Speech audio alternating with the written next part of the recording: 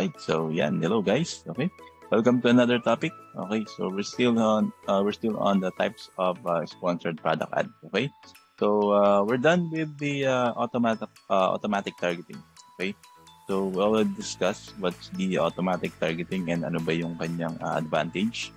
Okay, so we will go and we will tackle the next type of sponsored product ads, which is yan.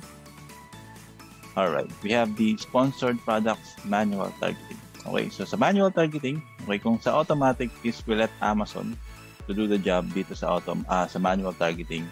So with this type of campaign, you have full control over the keywords and products that your ads will be displayed.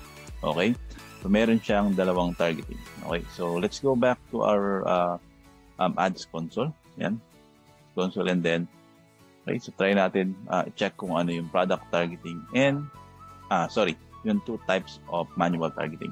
Okay, so dito, okay, so hindi na siya naka-auto, should be manual, and then we will proceed next what type of manual targeting, kung ano ba yung lalagay natin dito.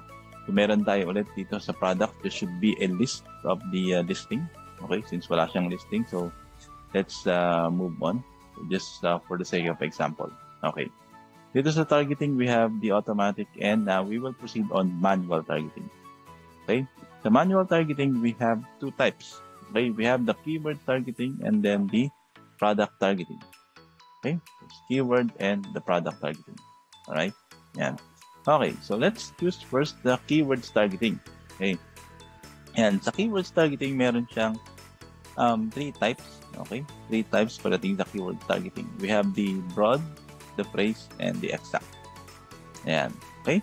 So, I'll explain to you the details. Ano ba yung pinagkaiba ng mga broad, ano ba yung pinagkaiba ng phrase, and exact match them sa ating next module. Okay? Or next lesson. Alright. So, you can also create negative keyword targeting. Okay? Ayan. We have negative exact and negative phrase.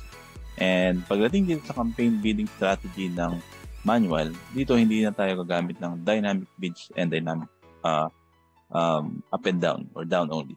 So dito is we will go to fixed bid since tayo nang may full control. Okay?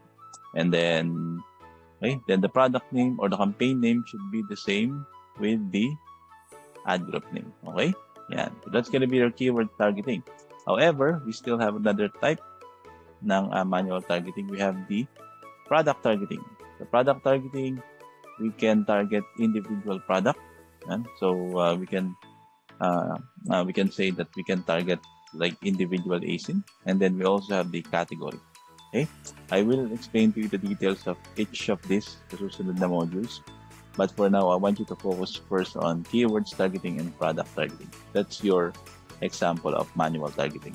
Okay, yan. Siyempre pagdating sa product targeting, okay, we still use fixed bid.